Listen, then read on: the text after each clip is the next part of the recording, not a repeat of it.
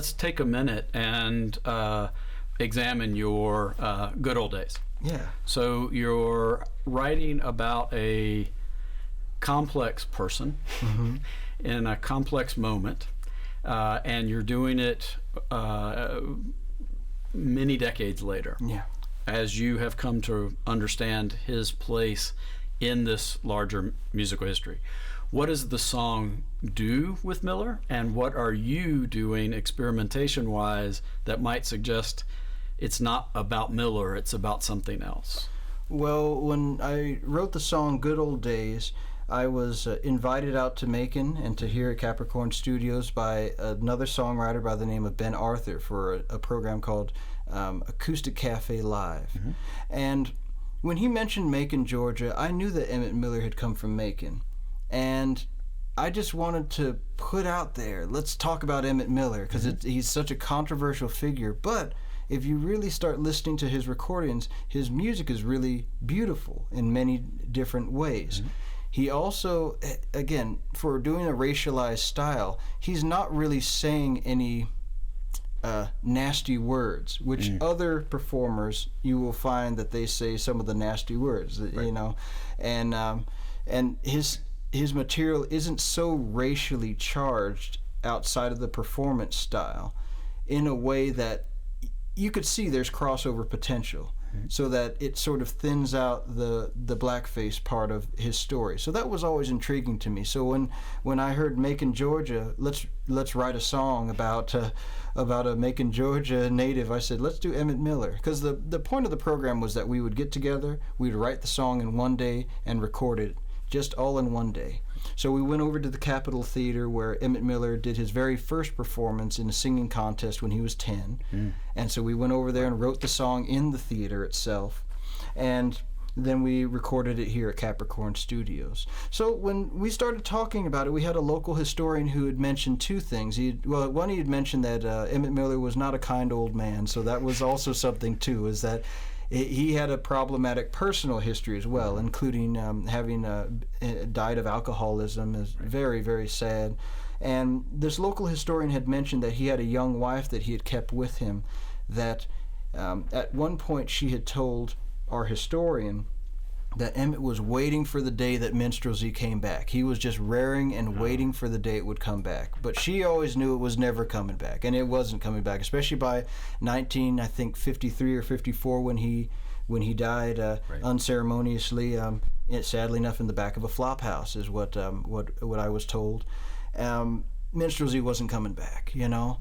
And even the musical landscape had changed so much. We're seeing the rise of what would become soul music on the Chitlin circuit. So also a thing that happens is, as emancipation and freedom comes in, as you have more African American performers, they're pushing back minstrelsy, because obviously even back then everybody thought it was just as controversial as we think of now when we look at minstrelsy. So that's one thing that I found to be clear, is that not everybody agreed with what minstrelsy was about in a general sense, in a way that we can all relate to this day.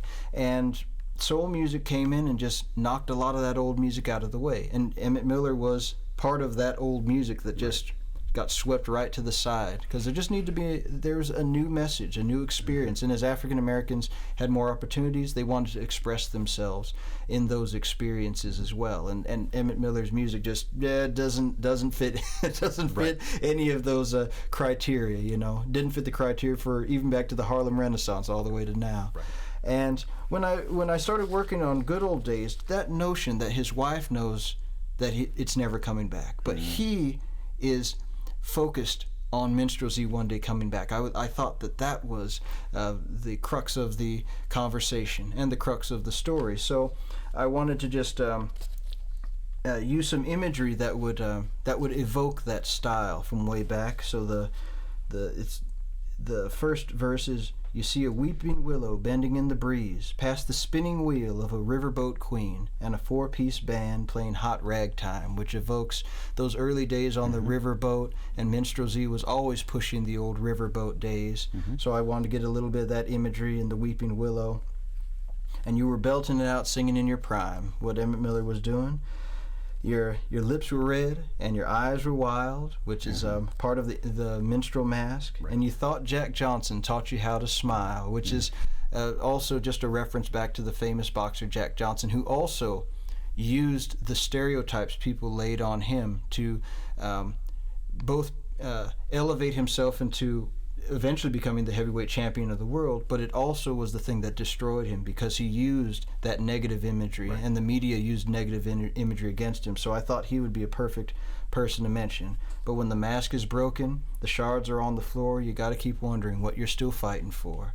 And so this is just from the wife's point of view, talking to Emmett. The bridge says, "Now, Emmett, I've got nothing on your whiskey. I know it's risky to even try to talk about those good old days." And then the last line was, "And all you can hear is the wind in your ears as you keep on waiting year after year so you can rejoin the minstrel line. But the cork and the booze and the lights get you every time in those good old days." And so that was sort of where I wanted to go with it, because of course with him being blackface just being a controversial art form in of itself, I didn't want to have to tell people he was a blackface minstrel. But the imagery of the masks, mask being broken on the floor, and the cork and the booze and the lights being a part of theatrical life, that was something that I wanted to evoke for people so that they could see Emmett Miller as an emotional person. Because of course, like I said, he wasn't known for being a nice guy, Right. and so because of that, you know how he has to be acknowledged in some form or another, because like a lot of controversial musicians who have their own controversial histories, it is a crime to take him out of the spectrum of American popular music because of the evolution that he started when he made his records. I mean, it's at that time, improvised jazz was still a very new art form on record. And the blending of what would later be hillbilly singing style Right. with improvised jazz in whatever form it might be, that experimentation created a format that would then be taken on by people like Gene Autry, for example, Right. who began his career as a Jimmy Rogers impersonator.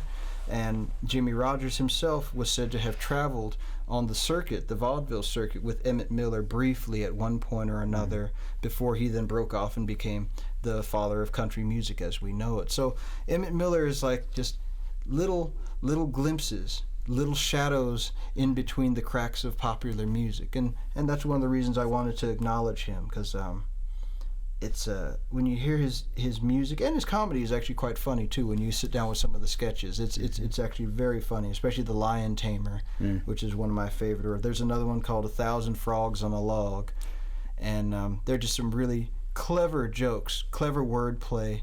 And then comedians took some of Emmett Miller's sketches and they applied them into the film era. So you also have to imagine a convergence of silent film next to Emmett Miller. He's, in some ways, he's 10 years after someone like Charlie Chaplin or Buster Keaton. But at the same time, Abbott and Costello, there's a bit that Abbott and Costello do where it's when the landlord asks them for rent.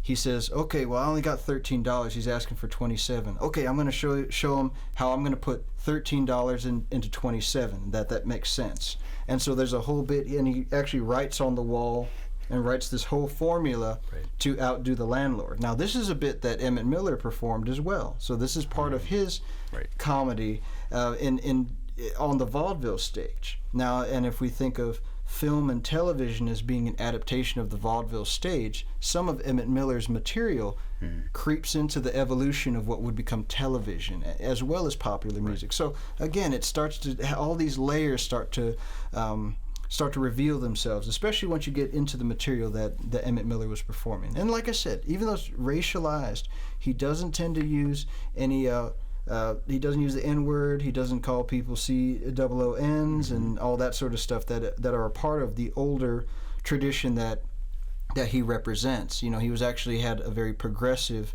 way that he was handling the material, as progressive as it could be in the context of blackface minstrelsy. Right.